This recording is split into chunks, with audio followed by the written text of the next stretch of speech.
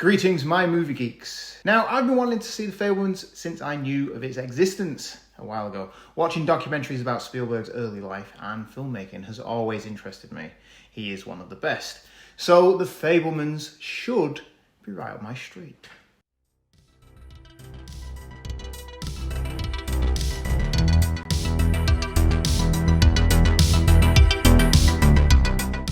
Basically, The Fabelmans is the fictionalised story of Steven Spielberg's life to a point. When I told my wife what it was about, she scoffed and said, "That's quite vain, isn't it?" And yeah, it's basically Spielberg taking points from his life and making a film about it. But after watching the film, I feel like, yeah, that's kind of the point. This is a kind of memoir or autobiography. The only way Spielberg knows how to make a film about it.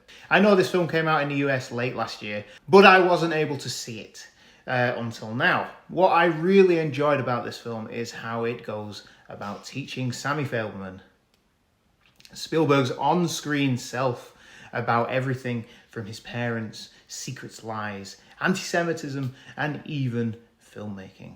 And it's the filmmaking part that I really enjoyed watching. The family drama aside, we get a sneak peek in how Spielberg started and what he did to try and stop his footage looking fake. The film starts with an introduction from Spielberg telling us that this is the most personal film he's ever told. That it's not just a memoir of his life, but also filmmaking itself. When my wife said it was quite vain, yeah, this introduction told me, yeah, he knows it is. It goes beyond your normal self-indulgent film to something that has a lot of heart, sadness, comedy, and even mystery to it. This film is most of all a tribute to Spielberg's parents. It's the story of how a young filmmaker was able to learn his craft.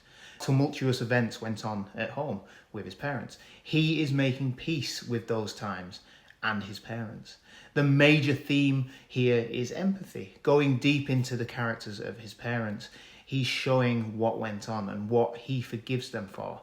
But there's not one character that is set against the rest. There is no big villain here for such a personal story. It's very balanced. Delving deeper, we discover that Mitzi is a classical concert pianist who gave up on her calling to raise her kids, feeling quite trapped. And at the same time, Bert is an intelligent computer engineer who digs deep into his work and uproots the family several times for his work. The two characters are chalk and cheese from the get-go, but you realise there is love.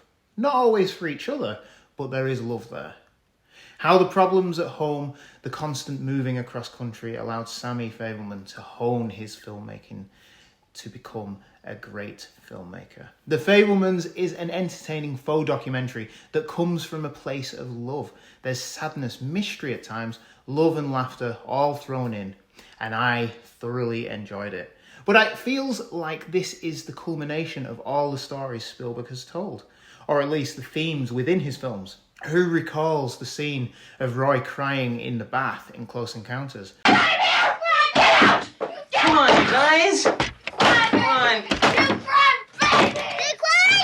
Or even the resentment towards the absent father in E.T. Brickon. It was nothing like that, penis breath! Elliot! Sit down. Dad would believe me.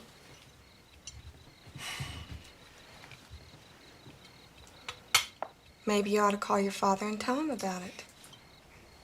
I can't. He's in Mexico with Sally. All these themes add up. They're on display in The Fabelmans. These stories and themes have been peppered throughout his films from the early days, and now it's time to see a fullish version of all these accounts. The final shot of the film and the preceding scene with John Ford sums the film up perfectly.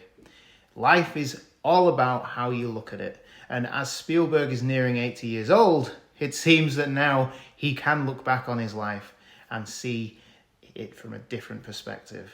His perspective has changed from when he made those early films to what we are seeing in The Fabelmans. The Fabelmans, to me, is a 5 out of 5 film. Not everyone will like it, but I think most people will get something out of it. I'm Nate, the Ultimate Movie Geek, and thank you for watching, and thank you very much for getting me to 1,000 subscribers. It's been a long time coming. I've been teetering on it for a while. And I thank you for subscribing. And if you want to subscribe, please like, share, subscribe, and ring that bell to be notified every time we upload a video. Here's to the next 1,000. See you later. You have to.